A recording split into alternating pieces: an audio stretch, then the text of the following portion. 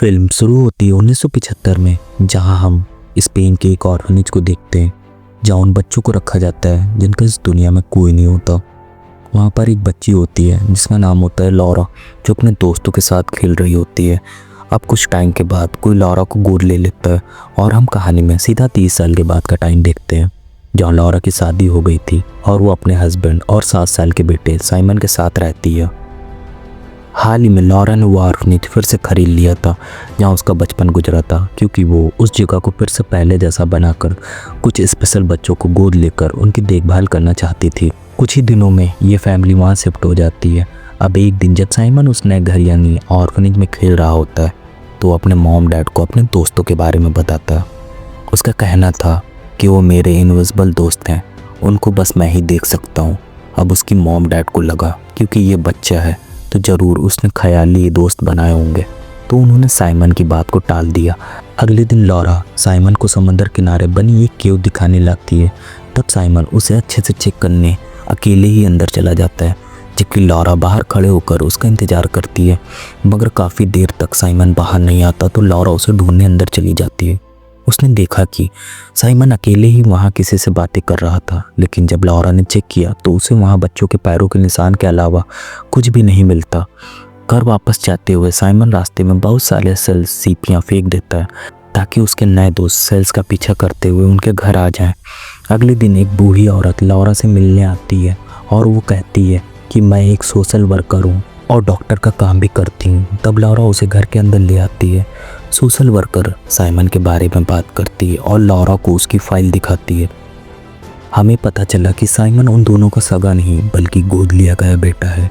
वो बताती है कि जब आपने साइमन को गोद लिया था उससे पहले उसे एक बीमारी थी जिसका मैं इलाज कर रही थी। अब उसके डॉक्टर होने की वजह से मैं अब भी उसका इलाज करना चाहती हूँ, मगर लॉरा यह कहकर मना कर देती है कि मेरे हस्बैंड खुद एक डॉक्टर है और मैं चाहती हूँ कि साइमन का इलाज बाहर जाकर नहीं बल्कि हमारे निगरानी में घर पर रहकर ही हो। इसीलिए वह सोशल वर्कर से फाइल लेकर उसे वहाँ से भेज देती है। बीमारी को कंफर्म करने के लिए लॉरा ने जब फाइल चेक की तो उसकी रिपोर्ट पॉजिटिव होती है। अब लॉरा नहीं चाहती कि साइमन को यह पता चले कि वह गोद लिया गया बेटा है और उसे कोई बीमारी है।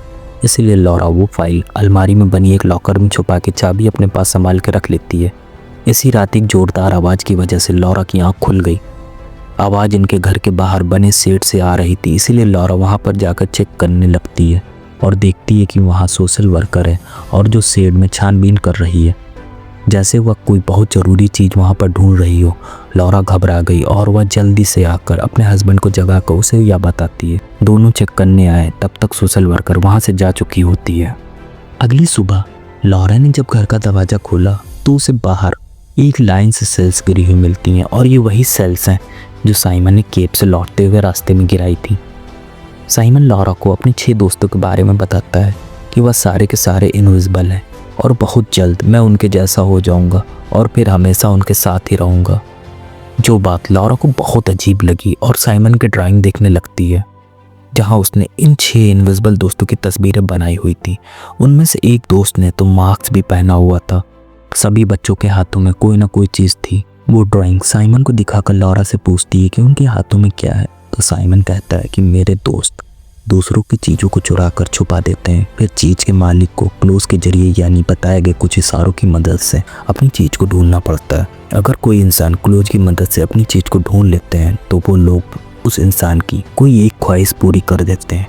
यह एक गेम है और अब वो गेम मैं भी अपने दोस्तों के साथ खेलना चाह रहा हूँ, जहाँ मुझे अपने सिक्कों को ढूंढना है जिनको मेरे दोस्त ने कहीं छुपा दिया है। इसीलिए अब लॉरा भी उसे गेम समझकर साइमन का साथ देने के लिए तैयार हो जाती है, क्योंकि उसे लग रहा था कि साइमन मेरे साथ खेलना चाह रहा है और सारे क्लोज सेट करके उसने अपने ही सिक्के कहीं छुपा दिए होंगे। अब क्लोज के जरिए ये पहले साइमन के रूम में गए, फिर गार्डन में और फिर एक दूसरे कमरे में, फिर किचन में, जिसके आखिर में साइमन को एक चाबी मिलती है जो उसी अलमारी की थी जिसमें लॉरा ने साइमन की फाइल छुपा के रखी थी। साइमन चाबी से अलमारी जब खोलता है तो उसे अपने सिक्के फाइल्स के बीच पेजेस में ही मिलते हैं। सिक्के मिलने पर साइमन खुश हो रहा था, पर लॉरा फाइल उसे छीन कर डांटने लगती है। इस पर साइमन बोलता है कि मैं पहले से ही जानता हूँ कि मैं आपका गोद लिया गया बेटा हूँ, मुझे एक बीमारी है और मैं जल्द मर जाऊंगा। ये सुनकर लॉरा के होश उड़ गए और वो चिल्लाकर साइमन से पूछती है कि तुम्हें यह बात किसने बताई। तब साइमन कहता है कि थॉमस ने, जो उसका मास्क पहना इनविजिबल दोस्त है। जो सुनकर लॉरा पूरी तरह से हैरान और परेशान रह जाती है। अगले दिन उन स्पेशल बच्चों के लिए पार्टी रखी जाती है जिनको लॉरा गोद लेने वाली थी। वो जब साइमन को पार्टी में बुलाने के लिए आती है तो वो उनके साथ जाने से मना कर देता है, यह कहकर कि मेरे साथ थॉमस के घर चले। और वो ये कहकर मना कर देती है कि नहीं जा सकते बेटा, घर में पार्टी है। और इस बात को लेकर दोनों की बहस हो गई। अब साइमन जब ज़्यादा जिद पर उतर आया तो लॉरा उसे एक थप्पड़ मार देती है और बाद में उसे दुख भी होता है। लेकिन साइमन नाराज होकर चला गया। कुछ देर बाद लॉरा जब उसे मनाने के लिए घर में ढूंढती है तो वो उसे कहीं पर भी नहीं मिलता। तभी उसे एक बच्चा खड़ा हुआ दिखाई देता है जिसने बिल्कुल वैसा ही ड्रेस पहना और मास्क पहना हुआ होता है जैसा साइमन ने थॉमस को अपनी ड्राइंग में बनाया था कि ये थॉमस है। लॉरा जब उसका मास्क हटाने लगी तो बच्चा उसे धक्का मारकर बाथरूम में कर देता है। फिर उसे लॉक करने के लिए जब बच्चे ने दरवाज़ा बंद किया तो बीच में लॉरा का हाथ आ गया और वो दर्द में तड़पने लगती है। उसकी आवाज़ सुनकर फ़ौरन उसका हस्बैंड वहाँ आ गया और वो दरवाज़ा खोलकर लॉरा को बाहर निकालता है। साइमन का अभी भी कुछ अता पता नहीं था। हर कोई उसे ढूंढने लगा। लॉरा भी उसे हर छोटे बड़े कमरे में ढूंढती है, मगर जब उसे एहसास हुआ कि वो घर पर नहीं है तब उसे ढूंढने वो समुंदर किनारे चली गई और वो समुंदर के बीच से गुजरते हुए केव की तरफ भागकर जाने लगती है। मगर इससे पहले वो डूबती ठीक टाइम पर उसका हस्बैंड आकर उसकी जान बचा लेता है। उसके बाद लॉरा को हॉस्पिटल ले जाया गया और पुलिस साइमन को ढूंढने की कोशिश करती है जिसके लिए वो केव में भी गए। अब लॉरा का हस्बैंड आकर उसे बताता है कि पुलिस को साइमन केव से नहीं मिला। वो बोलती है कि ऐसा कैसे हो सकता है क्योंकि मैंने खुद उसे केव के बाहर खड़ा हुआ देखा था, तभी मैं भागी थी। ये सुनकर पास खड़ी पुलिस और डॉक्टर कहती है यह बस लॉरा का वहम है। उसका यह भी कहना था कि हो सकता है कि साइमन को आपके किसी रिश्तेदार या फिर जानने वालों ने भी अगवा कर लिया हो।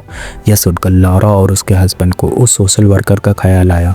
तब लॉरा पुलिस और डॉक्टर को बताती है कि वो मेरे घर आई थी साइमन के बारे में बात करने। एक रात वो घर में भी घुस आई थी और सेठ से ताक झाँक कर रही थी। मगर यह सुन पुलिस डॉक्टर ने कहा कि ऐसा कैसे हो सकता है क्योंकि इस नाम की कोई भी सोशल वर्कर नहीं है।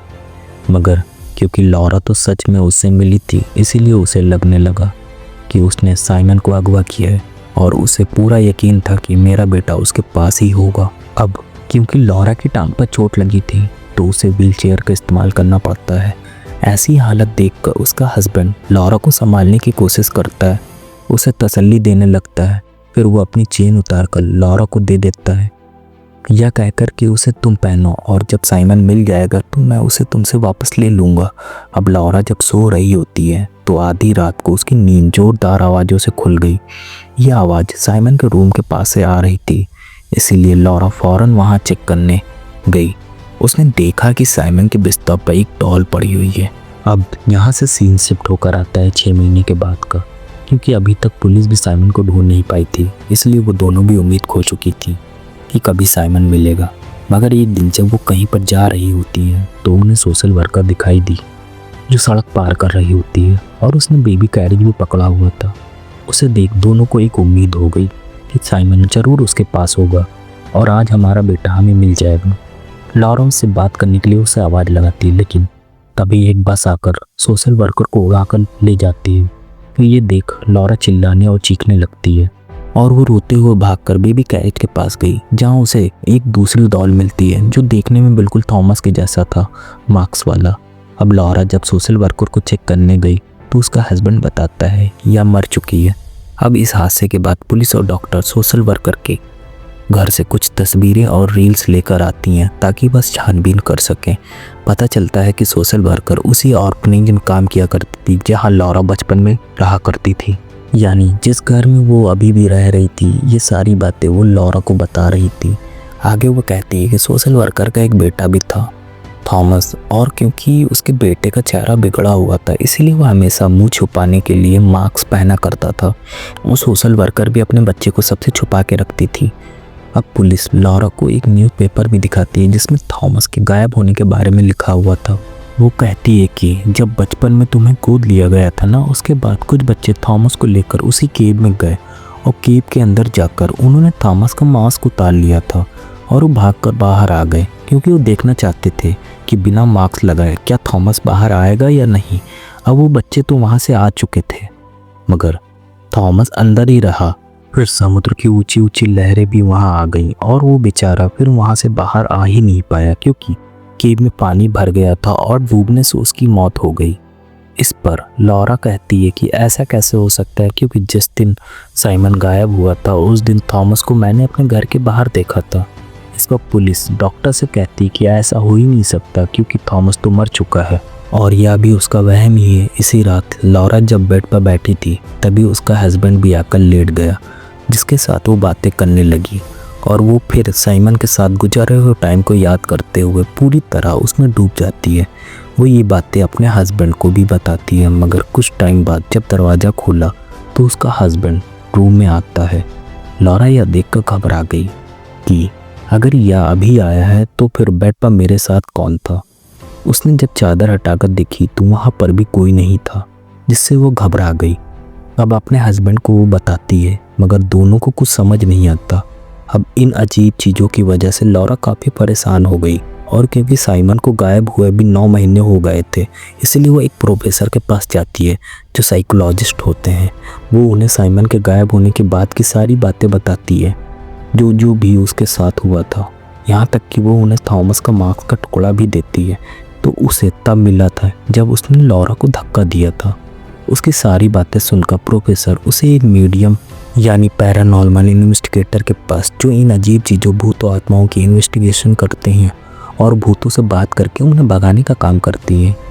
अगले ही दिन पैरानॉर्मल इन्वेस्टिगेटर अपनी पूरी तैयारी के साथ लॉरा के घर आ जाती है और वो एक अंधेरे कमरे में बैठकर घर की सारी आत्माओं से राब्ता करके उनसे बात करने की कोशिश करती हैं जबकि बाकी सब दूसरे कमरे में कैमरा के जरिए मीडियम को देख रहे थे। जहाँ मीडियम पूरे ऑर्फनेज को चेक करते हुए एक रूम में आ जाती हैं जहाँ उसे 5 ऑर्फन बच्चों की आवाज़ सुनाई देती है जो मीडियम से रोते हुए मदद मांग रही थी।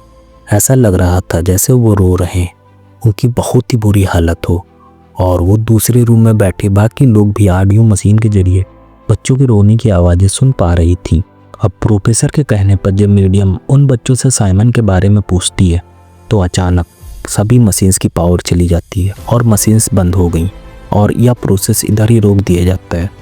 अब जब ये सारे लोग इकट्ठा हुए तो पैरानॉर्मल इन्वेस्टिगेटर लॉरा से माफ़ी मांगती है कि मैं साइमन को ढूंढ नहीं पाई।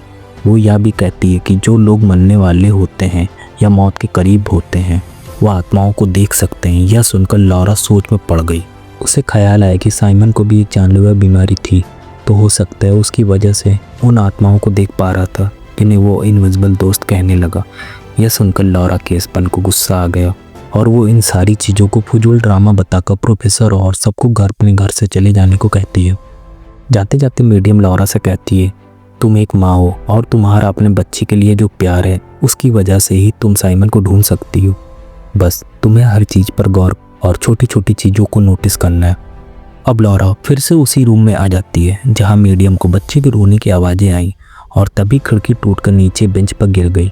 लॉरा ने जब बेंच को चेक किया तो वहाँ उसे कुछ डॉल्स पड़ी हुई मिलती हैं, साथ ही साइमन की तस्वीर भी। ऐसा लग रहा था जैसे ये सब चीज़ें एक क्लोज के तौर पर रखी गई और उसे गेम के बारे में याद आ जाता है।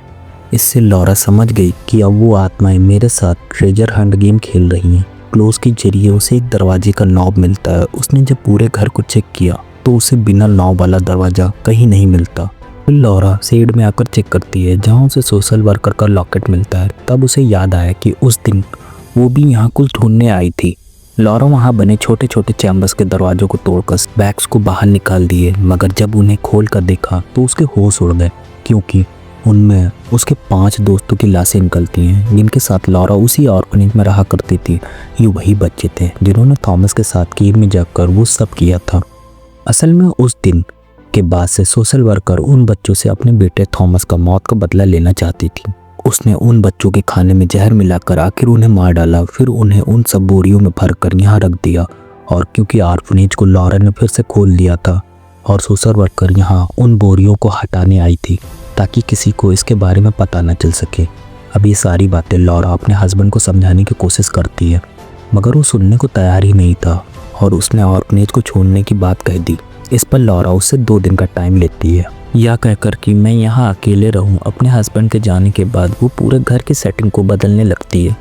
उसने फर्नीचर भी हटाकर पुराना रख दिया था, बिल्कुल वैसा ही लुक दे दिया जैसा 30 साल पहले दिखता था। फिर वो ऑर्फनेज की वर्कर के यूनिफॉर्म पहनकर डाइनिंग टेबल पर खाना रखती है और चेयर्स पर अपने दोस्तों के डॉल्स को भी बिठाकर खुद भी वहाँ बैठ जाती है। फिर वो उसी दरवाजे के नोक के जरिए अपने दोस्तों की आत्माओं को बुलाने लगती है, मगर जब काफ़ी देर तक कोई भी नहीं आती तो लॉरा एक गेम खेलने लगती है जो बचपन में वो अपने दोस्तों के साथ इस ऑर्फनेज में खेला करती थी। गेम खेलते ही उन बच्चों की आत्माएं वहाँ आ जाती हैं, पर जब वो उनसे साइमन के बारे में पूछती है तो बच्चे लुका छिपी गेम खेलने के लिए वहाँ से भागने लगे। अपने एक दोस्त को ढूंढते हुए लॉरा एक छोटे से कमरे में आ जाती है जहाँ पर बहुत सारा सामान पड़ा हुआ था। इस कमरे को चेक करने पर लॉरा को वहाँ एक खुफिया दरवाज़ा दिखाई देता है और यही बिना नॉब वाला दरवाज़ा था जिसे खोलते ही अंदर एक बेसमेंट थी। तब नीचे जाकर लॉरा चेक करने लगती है। उसे दीवार पर थॉमस की बनाई हुई सारी ड्राइंग्स मिलती, जिससे ये बात जाहिर होती है कि वो उसी बेसमेंट में रहा करता था। और चेक करने पर उसे थॉमस के कपड़ों में साइमन की लाश दिखाई देती है, जो देख लॉरा के पसीने छूट जाते हैं और वो पूरी तरह टूट गई, जैसे पागल हो गई थी। उसके पास बैठकर फूट फूट कर रोने लगती है क्योंकि उसे कुछ याद आ गया था, जिस गलती का पछतावा उसे होने लगता है। असल में उस दिन मांस वाला बच्चा जिसे अब तक लॉरा थॉमस समझ रही थी वो साइमन था। जब लॉरा ने थॉमस के घर जाने से मना कर दिया था और साइमन को थप्पड़ मार दिया था तो नाराज होकर वो उसी बेसमेंट में आ गया था। सब लोग उसे ढूंढ रहे थे कि पता नहीं कहाँ चला गया। अब वो उसी बेसमेंट में था। अब यहाँ लॉरा से ये गलती हुई थी कि जब वो इस छोटे से कमरे में देखने आई तो उसे अंदाज़ा नहीं था कि यहाँ कोई खुफिया बेसमेंट होगा। उसने उस दरवाजे को नज़रअंदाज कर दिया था। बड़े बड़े पाइप सेट होने के कारण वो गलती से सारे बेसमेंट के दरवाजे पर आकर गिर जाते हैं, जिससे दरवाज़ा ब्लॉक हो गया था, जहां से बेचारा साइमन बाहर ही नहीं आ पाया। और हॉस्पिटल से लौटने के बाद जब लॉरा को घर से जोरदार आवाज़ें सुनाई दे रही थी तो वो किसी और की नहीं बल्कि साइमन की थी, जो बेसमेंट से बाहर आने की कोशिश कर रहा था और गलती से उसका पैर फिसला और वो सीढ़ियों से नीचे जा गिरा, जिससे उसकी गर्दन की हड्डी टूट गई और वो बेचारा वहीं पर मर गया। अब लॉरा साइमन की लाश को वहाँ से निकालकर अपने कमरे में लेकर कर आती है। उसने साइमन को गोद में ही पकड़ा हुआ था तो वो सारी नींद की गोलियां खाकर अपना आखिरी सांस लेती है, यानी वो भी मारी गई थी। जिसके कुछ देर बाद हम लॉरा को आत्माओं की दुनिया में देखते हैं, जहाँ मरने के बाद लोग जाते हैं आफ्टर लाइफ में, जहाँ साइमन उसकी गोदी में होता है और उसके साथ साथ थॉमस और उन 5 ऑर्फन बच्चों की आत्माएं भी होती हैं। अब उस दिन जब साइमन ने ट्रेजर हंट गेम में सिक्के ढूंढ लिए थे तो उसने अपनी ख्वाहिश में अपनी माँ लॉरा को मांगा था, यानी उसके मरने के बाद जल्द ही लॉरा भी मरकर यहाँ उसके पास आ जाए और वो साइमन और उन बाकी बच्चों की देखभाल कर सके। फिर सारे बच्चों की आत्माएं लॉरा के पास आ जाती हैं और वो एक माँ का रोल निभाते हुए उन बच्चों को कहानियाँ सुनाने लगती है। उसके बाद हम लॉरा के हस्बैंड को देखते हैं, जिसने ऑर्फनेज के सामने लॉरा, साइमन और थॉमस इन सभी बच्चों की लाशों को दफना दिया था, उनका फ्यूनरल कर दिया था और उनकी कब्र पर फूल चढ़ा दिए थे। और जब वो वापस ऑर्फनेज में आया तो उसे वही चेन मिलती है जो उसने लॉरा को दी थी और कहा था कि जब हमारा बच्चा मिल जाएगा तो मैं इसे तुमसे वापस ले लूँगा। तभी सामने का दरवाज़ा अपने आप खुल गया। सामने देखकर और अपने चेन को वापस देखकर उसके चेहरे पर सुकून भरी मुस्कुराहट आ गई, क्योंकि अब वो समझ गया था कि लॉरा को साइमन आखिर मिल चुका है, क्योंकि चेन का मिलना इसी बात की तरफ इशारा करता है कि अब लॉरा और साइमन एक साथ दोनों बहुत खुश हैं। और इसी के साथ ये फिल्म इधर ख़त्म हो जाती है।